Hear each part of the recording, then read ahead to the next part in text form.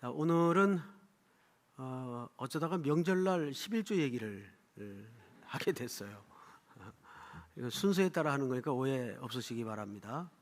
한 번은 어느 부인이 천신만고 끝에 남편을 정말 십몇 년 만에 겨우 설득해가지고 처음 예배당 자리에 앉혔는데, 그날 담임 목사님이 순서에 따라 헌금 설교를 하셨습니다. 어떻게 됐을까요? 망했죠. 그래서 그 여집사님이 아주 혼쭐이 났던 이야기가 기억이 납니다. 혹시 오늘도 모처럼 3일교회 왔는데 또 담임 목사가 헌금 얘기한다 이렇게 오해하지 마시고, 지금 우리는 소선지서를 순서에 따라 말라기서를 강해 중에 있습니다. 오늘 대목은 마침 그 11조에 대한 부분입니다. 한국교회 성도들에게 이 11조는 굉장히 큰 관심거리면서도 민감하죠. 그만큼 또 가장 곡해된, 오해된 본문이기도 합니다. 그래서 오늘은 이 11조의 이야기가 뭘 강조하는 건지, 어떤 맥락에서 이야기된 건지를 먼저 밝히고 11조의 바른 의미로 들어가도록 그렇게 하겠습니다. 자, 우선 이스라엘 백성들이 바벨론 포로에서 돌아왔죠. 보니까 고향 땅은 다 황폐되어 있고 성전도 무너져 있었습니다. 다시 재건의 삽을 들었지만 본인들의 내적인 그 불신앙과 또 외부적 방해로 맞물려서 그만 성전 재건의 삽을 놓게 됩니다. 그렇게 중단된 성전 공사가 15년가량 중단이 돼요. 이걸 두고 볼 수가 없어서 하나님이 누굴 보내시냐 하면, 우리가 공부했죠? 학개 선지자를 보냅니다. 이분은 조금 학자적 측면보다는 부흥사적 기질이 있어서 그 식어진 백성들의 가슴에다가 하나님의 말씀으로 독려하고 동기를 부여하고 불을 지르죠. 성전이 재건되면 여러분 영광을 볼 것이고 여러분들에게도 놀라운 하나님의 복과 은혜가 임할 것입니다. 이 메시지를 통해서 백성들의 마음에 다시 불이 지펴졌습니다. 그래, 한번 다시 일어나 보자 해서 삽을 들고 무너진 성전을 열심히 온 백성들이 들러붙어서 헌신하고 다 마무리가 됐어요.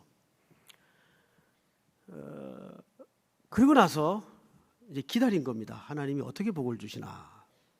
웬걸 복을 주시기는커녕 생활은 점점 팍팍해지기 시작하는 겁니다. 우리 시기로 표현하면 이렇게 된 거죠. 뭐 예수 믿어도 별거 없네, 속았네, 이렇게 된 겁니다. 그렇게 해서 제일 먼저 나타난 첫 번째 현상이 예배의 나태와 타락이 찾아왔어요.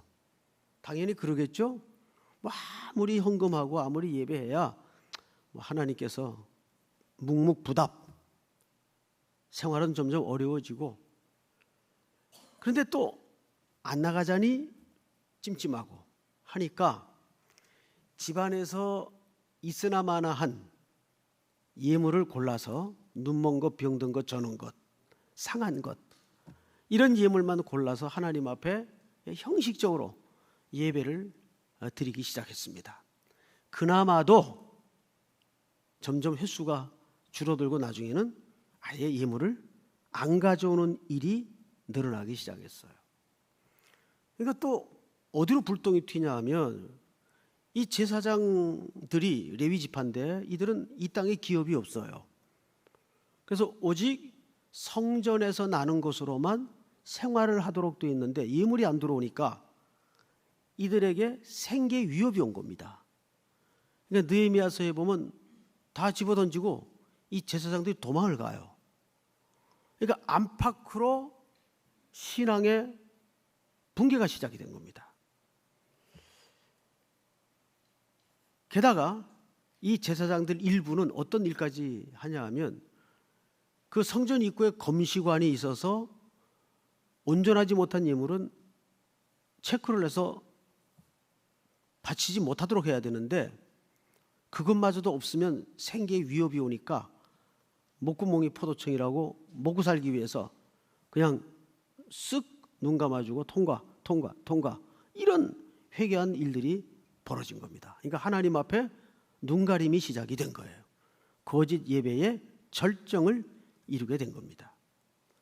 또 한 축은 어떤 현상이 벌어지는가 하면 옆에 나라를 보니까 저들이 섬기는 신은 저들에게 많은 복을 주는 것 같아요. 야, 랜덤이라고 우리도 뭐 하나님을 버린다는 건 아니고 하나님 섬기면서 뭐 다른 신들도 몇 개 더 섬겨 보면 랜덤이라고 뭐 여러 중에 하나는 얻어 걸리지 않겠느냐 해서 이방 신들을 수입하기 시작합니다. 그러려면 제일 확실한 방법이 이방 여인들과 통혼을 하는 방법이에요. 그래서 이방 여인들을 아내로 맞아들여 결혼을 합니다. 그럼으로써 이방 신을 내가 모시겠습니다 하는 고백이 되는 거죠. 가정에 이제 문제가 생기기 시작했어요. 어릴 적에 혼인했던 어린 아내들이 피눈물을 흘리고 내쫓기는 일들이 벌어진 겁니다. 어디 가서 하소연하겠어요? 그들은 하나님의 제단에 가서 한숨과 눈물을 뿌리며 하나님의 제단을 가리웠다라고 성경은 소개하고 있습니다. 그러니까 이런 신앙의 타락이 이스라엘 공동체 사회 전반적인 타락으로 확대가 된 겁니다. 삶이 엉망이 되고 윤리가 땅에 무너지고 하는 일들이 벌어지게 된 거죠. 그런 정황에서 절정을 치닫고 있을 때 오늘 이 얘기가 나오는 겁니다. 자, 그런 맥락에서 7절을 한번 볼까요? 만군의 여호와가 이르노라 너희 조상들의 날로부터 너희가 나의 규례를 떠나 지키지 아니하였도다. 그런즉 내게로 돌아오라. 자, 앞을 좀 보실까요? 그런즉 어떻게 하라고요? 내게로 돌아오라 그랬어요. 돌아오라. 자, 이 말은 삶과 행위와 신앙을 얘기하는 걸까요? 물리적인 거리를 얘기하는 걸까요? 삶과 신앙과 행위를 얘기하는 거죠. 그런데 항상 하나님의 말귀를 못 알아듣던 백성들은 엇박자를 내고 말았어요. 이걸 물리적인 거리로 이해를 한 겁니다. 그래서 이렇게 질문을 합니다. 끝에 보면 너희가 이르기를 우리가 어떻게 하여야 돌아가리까? 이건 돌아가는 방법을 물은 게 아니고 사실상 항변입니다. 반문입니다. 이런 거죠. 아니 우리가 언제 하나님을 떠났다고 자꾸 돌아오라 그럽니까? 예배 시간마다 딱딱 예배 나오고 성경 공부 열심히 하고 헌금 시간에 헌금 드리고 떼먹은 적 없는데 우리가 어디 먼 나라로 떠난 적도 없는데 언제 우리가 떠났다고 자꾸 돌아오라 그러는 겁니까? 이들은 사실상 물리적인 거리로 이해를 했어요. 그러자 하나님께서 꺼내놓은 상징적인 주제가 오늘 그 유명한 11조 본문입니다. 자, 8절을 볼까요? 사람이 어찌 하나님의 것을 도둑질하겠느냐? 그러나 너희는 나의 것을 도둑질하고도 말하기를 우리가 어떻게 주의 것을 도둑질하였나이까 하는도다. 이는 곧 11조와 봉헌물이라. 너희 곧 온 나라가 나의 것을 도둑질하였으므로 너희가 저주를 받았느니라. 만군의 여호와가 이르노라 너희의 온전한 11조를 창고에 들여 나의 집에 양식이 있게 하고 그것으로 나를 시험하여 내가 하늘문을 열고 너희에게 복을 쌓을 것이 없도록 붙지 아니하나 보라. 자, 이 말 때문에 이 11조에 대한 많은 곡해와 오해가 벌어졌습니다. 자, 지금부터 우리가 하나님의 문자를 뛰어넘은 하나님의 표정을 보면서 이 표정이 뭘 말하고 있는지를 잘 이해하셔야 됩니다. 그러니까 우리가 보통 말귀를 알아들어야 된다 그러죠. 예를 들어 이런 겁니다. 똑같은 문장과 글자로 얘기를 하는데도 어떤 억양으로 하느냐에 따라서 반대의 의미가 될 수가 있어요. 너 잘한다 와 너 잘한다 와 글자는 네 글자 단어도 똑같은데 의미는 정반대 의미가 되죠. 그런데 문제는 우리가 성경을 읽을 때 그 감각을 놓치고 읽는다는 데 문제가 있어요. 보세요. 하나님께서 뭐라고 얘기를 하는가 하면 이런 겁니다. 집에 아주 말썽쟁이 아들이 하나 있었다고 합시다. 얘가 대학에 떨어졌어요. 당연히 떨어져요. 그렇게 공부하면. 아버지한테 와서 아버지 올해 한 번만 더 기회를 주십시오. 속는 셈 치고 그래 해서 또 학원비 주고 또 1년 재수를 시켰어요. 붙었을까요? 떨어졌을까요? 떨어졌어요. 아버지 한 번만 더 기회를 주십시오. 그 아버지의 마음이 측은지심에 이것도 이대로 길을 막아버리면 나중에 누굴 원망할까 싶어서 그래 한 번만 더 기회를 주마. 또 학원비 대고 1년을 보냈어요. 붙었을까요? 떨어졌을까요? 또 떨어졌어요. 몇 수째입니까? 3수째. 또 떨어졌어요. 4수. 또 떨어졌어요. 드디어 다시 아들놈이 아버지를 찾아왔어요. 아버지 이번에 5번째인데 한 번만 더 기회를 주십시오. 여러분 4수를 넘으면 이제 몇 수가 됩니까? 5수가 아니라 장수가 됩니다. 이놈이 한 번만 더 기회를 달라고 와 앉아있는 꼴이 아버지 눈엔 너무 한심해요.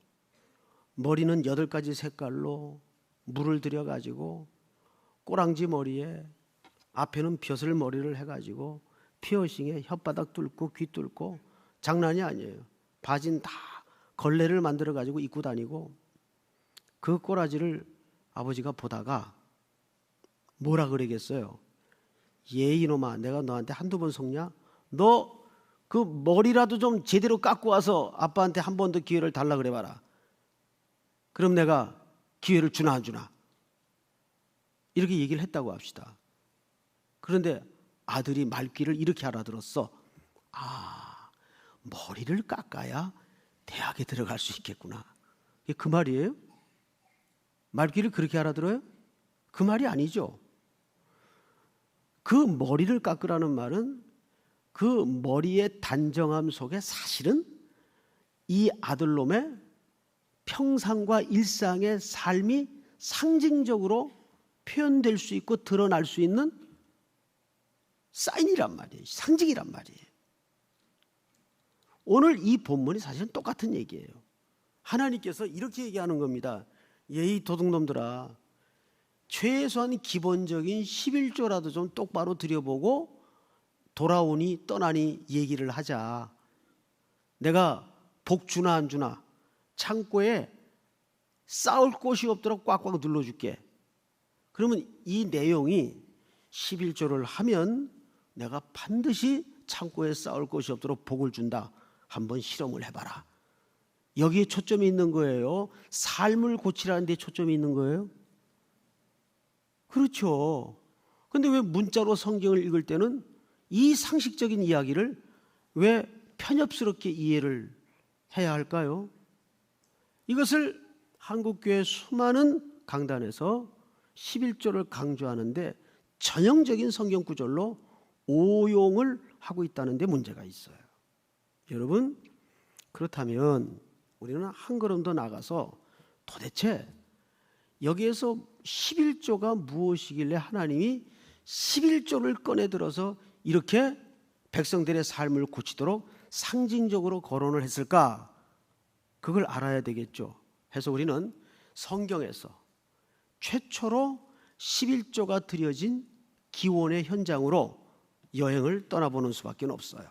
그래서 우리가 다 여기를 접고 창세기 14장으로 떠납니다. 오늘은 명절이라 자막이 없어요. 응? 자, 창세기 14장 빨리 찾으세요. 직접 14장을 열어놓고 저를 잠깐 보세요. 설명을 듣고 본문을 보면 이해가 빠릅니다. 아브라함에게는 철없는 조카가 하나 있었어요. 롯이라는 유명한 조카죠. 그 사람이 어디 살고 있었는가 하면 소돔과 고모라 쪽에 거주해서 살고 있었습니다. 거기 좋다고 그걸로 갔어요. 얼마 있다가 그 지역에 분쟁이 일어납니다. 4개 나라와 5개 나라가 엉켜서 쟁탈전을 벌이는 거예요. 이거 엄청난 중동 전쟁이 일어난 겁니다. 성경에 나타난 최초의 중동 전쟁이죠. 그 틈바구니에 조카가 홀딱 빼앗겨요. 근데 빼앗기는 것뿐만 아니라 모든 식구들이 다 볼모로 끌려갑니다. 이 소식을 아브라함이 들어요. 구해야 되겠다 해서 집에서 키운 연습시킨 가신 318명을 데리고 그 국의 족장들이 엉켜 싸우는 전쟁 한복판으로 뛰어듭니다. 근데 이거는 말이 안 되는 상황이죠. 근데 어쨌든 뛰어들어서 전쟁을 완전히 제압하고 모든 빼앗겼던 조카의 재물과 생명들을 하나도 다치지 않게 완전히 회복해가지고 전리품까지 챙겨서 돌아옵니다. 그 장면이에요. 자, 이제 성경을 좀 읽겠습니다. 아브라함이 그들라오멜과 그와 함께한 왕들을 쳐 부수고 돌아올 때 소돔 왕이 사회 골짜기 곧 왕의 골짜기로 나와 그를 영접하였고 18절 시작. 살렘 왕 멜기세덱이 떡과 포도주를 가지고 나왔으니 그는 지극히 높으신 하나님의 제사장이었더라. 그가 아브라함에게 축복하여 이르되 천지의 주제이시오 지극히 높으신 하나님이 아브라함에게 복을 주옵소서. 너희 대적을 내 손에 붙이신 지극히 높으신 하나님을 찬송할지로다 하매 아브라함이 그 얻은 것에서 10분의 1을 멜기세덱에게 주었더라. 자, 여기서 좀 끊읍시다. 앞을 보세요. 여러분, 지금 그렇게 모든 걸 회복해서 구원해서 돌아오는 아브라함의 지금 상태가 어떤 상태겠어요? 한층 승리에 고무돼 있고 의기양양해서 어깨에 힘을 주고 비호로 얘기하면 훅가시를 놓고 이렇게 해서 이제 봐라 말이야 이러고 돌아오는 길이에요. 근데 그 당시에 고대 풍습에는 어떤 일이 있었는가 하면 그렇게 승리를 가지고 돌아오는 족장들을 맞아서 환영하는 행사가 있었어요. 그러니까 소돔 왕과 살렘 왕은 이 승리를 가지고 돌아오는 아브라함 족장을 환영하기 위해서 나온 겁니다. 자, 지금부터 그 환영사를 꼼꼼히 좀 보도록 하겠습니다. 먼저 살렘 왕의 환영사를 보십시다. 18절 살렘 왕 멜기세덱이 뭐하고 뭘 가지고 나오죠? 떡과 포도주를 가지고 나왔으니 그는 지극히 높으신 하나님의 제사장이었더라. 그가 아브라함에게 축복하여 이르되 천지의 주제이시여 지극히 높으신 하나님이 아브라함에게 복을 주옵소서. 저를 볼까요? 첫 번째 환영사가 뭡니까? 천지의 주제이시여. 천지의 주제가 뭐예요? 이거를 영어로 표현하면 로드십이란 뜻입니다. 오너십보다 더 높은 개념이에요. 로드십은 주인과 주권을 가졌다 그 말입니다. 하나님이 천지 만물의 주인이시고 그분이 주권을 가졌다 그 말이에요.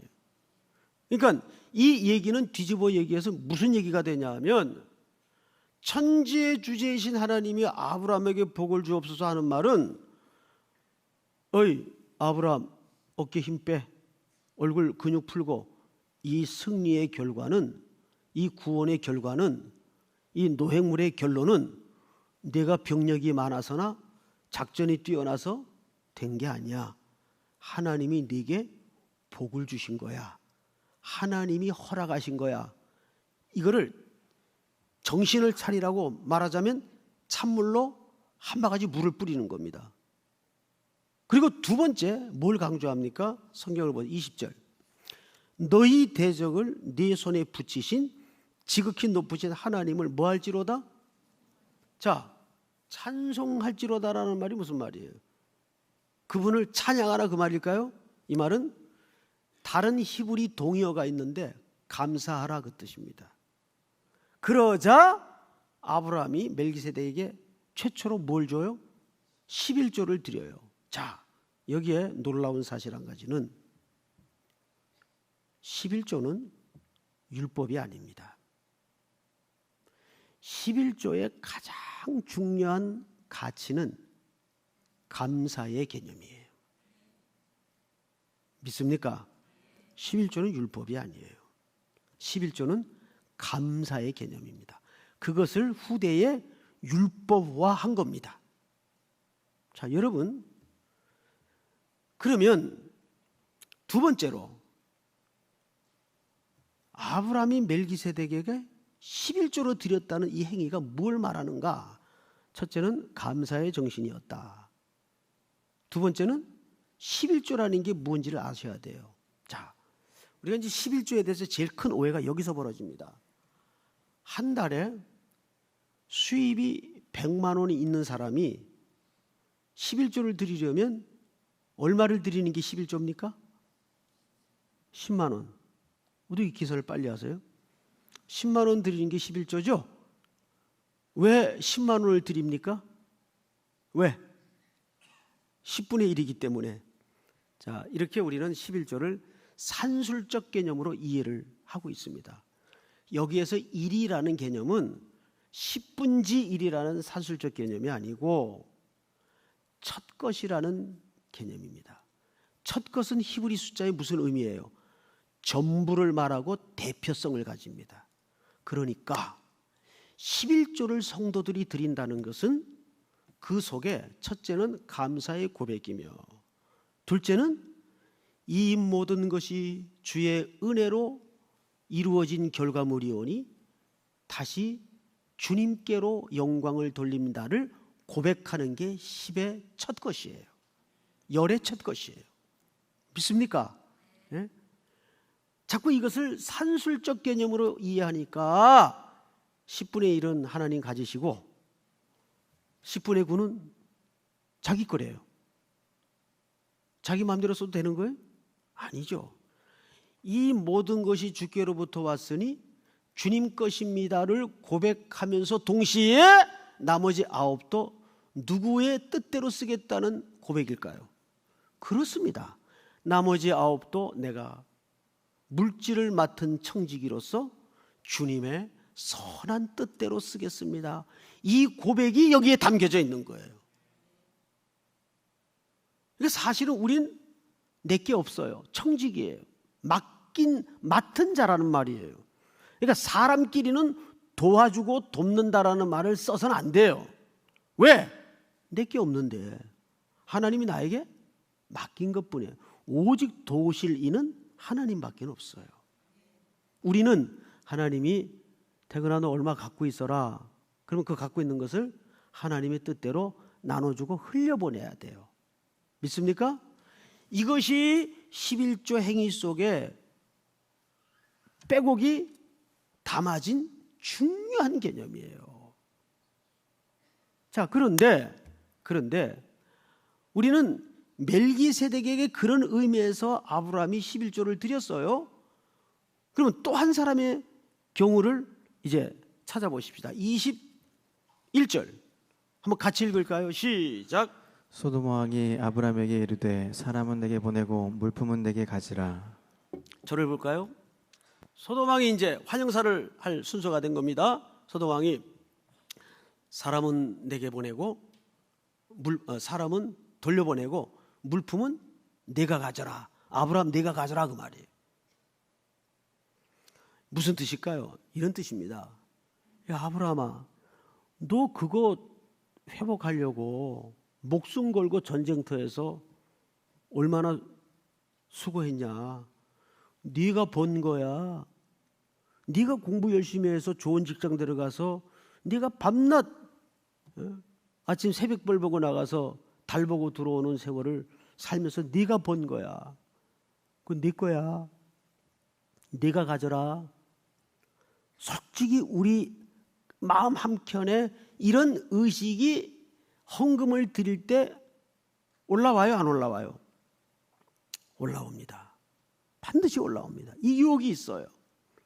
그러니까 이 소돔 왕은 다른 사람이 아니라 내 안에 일어나는 또 하나의 생각을 얘기하는 겁니다. 그러면서 우리가 이런 생각도 들죠. 요거 11조 한 달만 걸리면 애들 학원비가 나올 텐데. 이런 유혹이 있어요. 이때 우리 마음에는 멜기세덱의 마음과 소돔 왕이 싸우고 있는 거예요. 그 아브라함은 어떻게 했는가 보십시다. 22절. 아브라함이 소돔 왕에게 이르되 천지의 주제이시여 지극히 높으신 하나님 여호와께. 이거 방금 어디서 본 단어인데? 어디서 봤죠? 천지의 주제시여. 누가 가르쳐준 단어입니까? 멜기세덱이. 그러니까 말씀을 배우면 바로 이렇게 적용을 해야 돼요. 할렐루야. 그 유혹 앞에 아브라함은 뭐라고 대처를 합니까? 멜기세덱이 가르쳐준 11조의 의미를 정확하게 삶으로 고백합니다. 이 모든 물질은 천지의 주권자이신 주재자이신 하나님께 있으니. 그리고 또 보십시다.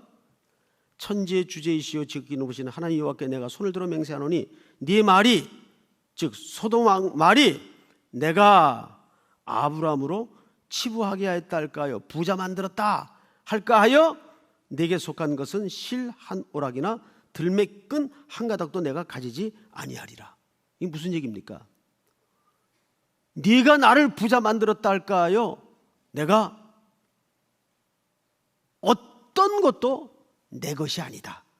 하나님 것이라는 것을 신앙으로 고백하는 현장입니다.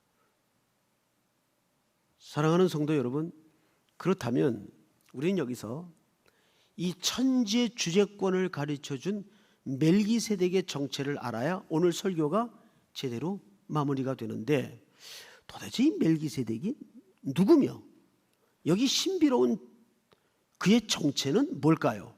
그래서 우리는 신약과 구약을 비교해 가면서 마지막으로 이 멜기세덱의 정체를 벗김으로 설교를 맺읍시다.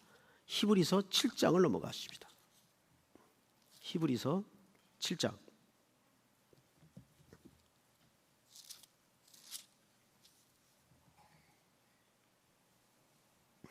1절서부터 저하고 교독을 하면서 설명을 들읍시다. 히브리서 7장. 자, 찾으셨습니까? 자, 이 멜기세덱은 살렘 왕이요 지극히 높으신 하나님의 제사장이라 여러 왕을 쳐서 죽이고 돌아오는 아브라함을 만나 복을 빈 자라. 시작. 아브라함이 모든 것의 10분의 1을 그에게 나누어 주니라. 그 이름을 해석하면 먼저는 의의 왕이요 그 다음은 살렘 왕이니 곧 평강의 왕이요. 아하, 멜기세덱의 이름을 신약의 기자가 해석을 해줬는데 세 가지로 설명을 했어요. 첫째는 무슨 왕? 의의 왕. 둘째는 평강의 왕 또는 살렘 왕이라. 이렇게 번역을 했어요. 자, 여러분, 의의 왕, 평강의 왕, 살렘 왕, 이거는 오로지 히브리인들이 누구에게만 수식하는 용어입니까? 메시아에게만 수식하는 용어예요. 히브리 말로는 메시아, 그리스 말로는 그리스도죠. 자, 그런데 여기 주목해야 될 순서가 있습니다. 그 이름을 해석하면 먼저는 무슨 왕이에요? 그 다음은 무슨 왕이에요? 평강의 왕, 살렘 왕이에요. 자, 왜 이 순서가 중요할까요? 자, 의인은 뭡니까? 왜 의의 왕입니까? 이것은 죄에 대한 공의를 얘기합니다. 죄값을 지불하는 하나님의 공의를 얘기합니다. 그 죄값으로 누가 죽으셨어요? 그래서 의가 세워졌어요. 맞죠? 그래서 그리스도는 무슨 왕이에요? 그래서 그 죽음이 먼저 전제돼야 하나님과 원수된 우리가 무엇이 이루어집니까? 샬롬이 이루어져요. 평강이 이루어집니다. 그래서 이 순서가 먼저는 의의 왕이요 그 다음은 살렘 왕이요 또는 평강의 왕이라. 자, 그럼 이분은 누굽니까? 이분은 그리스도예요. 그러면 그 구약에 아브라함이 최초로 11조를 드렸던 그 멜기세덱은 결국 오실 누구를 예표한 그림이었어요? 그리스도를 예표한 그림이었어요. 그런데 그 멜기세덱이 나올 때, 아브라함을 맞으러 나올 때 무엇과 무엇을 가지고 나왔었죠? 떡과 포도주를 가지고 나왔어요. 그 떡과 포도주는 뭘 상징합니까? 신약 성경에서 예수 그리스도의 우리를 위하여 찢어주신 고난의 살, 떡을 얘기합니다. 그 피는 바로 포도주를 얘기합니다. 그러니까 여기에서 이 의의 왕이요 살렘 왕이라는 것은 예수 그리스도께서 오셔서 어떤 죽음으로 우리를 회복하시고 구원하시는 것을 그려내고 있는 겁니다. 자, 또 성경을 볼까요? 3절. 아버지도 없고 어머니도 없고 족보도 없고 시작한 날도 없고 생명의 끝도 없어 하나님의 아들과 닮아서 어떻게 제사장으로 있느니라. 항상 제사장으로 있는 제사장을 무슨 제사장이라 그러죠? 영원한 제사장. 구약의 제사장은 죽어요. 또 새로 임명해야 되고 또 죽어요. 그러나 영원히 이 땅에 죽지 않고 오신 영원한 제사장은 누굽니까? 예수 그리스도를 얘기하는 거예요. 이게 송 목사의 억지 해석인가? 아니요. 6장 19절을 한번 보십시다. 7장 앞에 6장 19절. 우리가 이 소망을 가지고 있는 것은 영혼의 닷 같아서 튼튼하고 견고하여 휘장 안에 들어가나니. 20절 다 같이 시작. 그리로 앞서가신 예수께서 멜기세덱의 반차를 따라 영원히 대제사장이 되어 우리를 위하여 들어가셨느니라.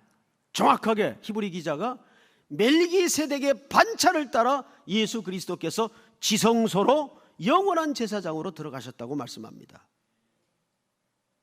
자, 그런데 그러면 11조는 뭐예요? 멜기세덱에게 11조를 드렸다는 건 무슨 뜻인가 하면 예수 그리스도가 이 땅에 11조로 오셨다는 얘기입니다. 자, 그 일은 첫 열매라 그랬어요.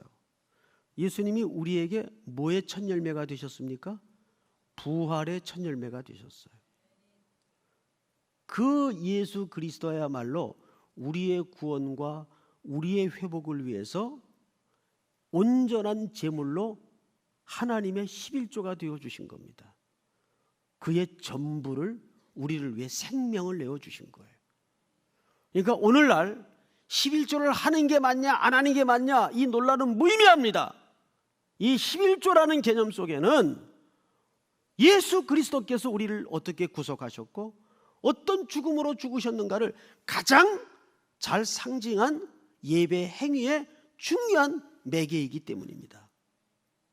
우리는 오히려 오늘날 이 흔들거리는 11조에 대해서 11조를 히브리 백성들이 바르게 하지 못했다는데 오늘 이 말씀에 문제가 있는 거예요. 바르게 하지 못했다는데. 그래서 말라기서에는 그 11조 앞에 온전한이라는 표현이 들어가 있습니다. 그러면 온전한 11조는 누굽니까? 그리스도를 얘기하는 거예요. 바로 우리를 위해서 이 땅에 첫 열매, 부활의 첫 열매로 오셔서 우리의 생명을 구원하시고 우리를 회복하시고 그것을 신앙 고백하는 것이 11조 행위라 그 말이에요. 오늘 우리 안에 이 귀한 신앙의 바른 11조의 회복의 고백이 회복되고 또 우리의 일상으로까지 확대되어서 순종되어지는 은혜가 있기를 주의 이름으로 축원하고 축복합니다. 다 일어나십시다. 나의 모습 나의 소유.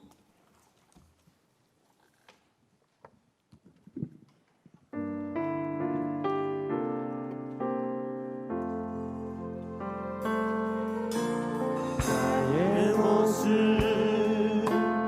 나의 소유 주님 앞에 모두 드립니다. 모든 사분 모든 기쁨 내 모든 눈물 받아주소서. 나의 생명을 드리니 주 영광 위하여 사용하옵소서. 내가 사는 날 동안 주 찬양하며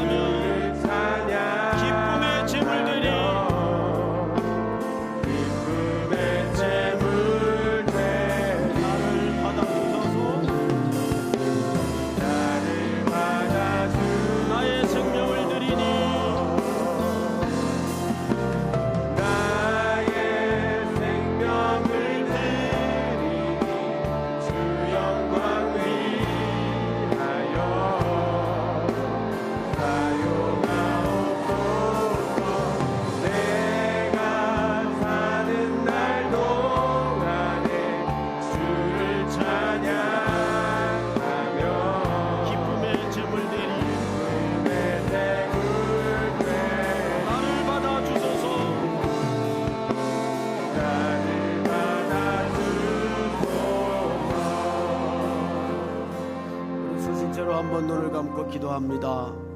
두 가지 제목을 함께 나누었으면 좋겠습니다. 오늘 주신 말씀을 기억하십시다. 여러분, 11조는 내면 복을 주고 안 내면 저주한다는 상거래가 아닙니다. 그렇게 드려서는 안 되는 예물입니다. 이 11조 예물 속에 그리스도께서 우리를 위해 어떻게 죽으셨고 어떻게 제단의 제물이 되어 그가 가난하게 되면 우리가 부유한 자가 되었는가를 가장 잘 드러내는 예물의 행위입니다. 우리 속에 바른 헌금이 회복되게 하시고 이 11조의 가장 근본 정신인 구원의 감사, 하나님의 아들 딸이 된 하늘 백성 된 감사의 고백이 먼저 되살아나게 하여 주시옵소서. 두 번째는 오늘은 명절입니다. 국가적 명절이긴 하지만 오랜만에 부모님들을 배웠고 친인척들을 만나는 시간입니다. 아직도 우리 가정 가운데에는 그리스도를 구주로 고백하지 않는 가정들이 많습니다. 우리의 덕과 행위와 순종을 통해서, 행실을 통해서 그분들이 예수를 발견하게 하시고 복음을 듣는 증인의 날이 될 수 있도록 도와주시옵소서. 우리 주여 한번 부른 다음에 기도합니다. 주여.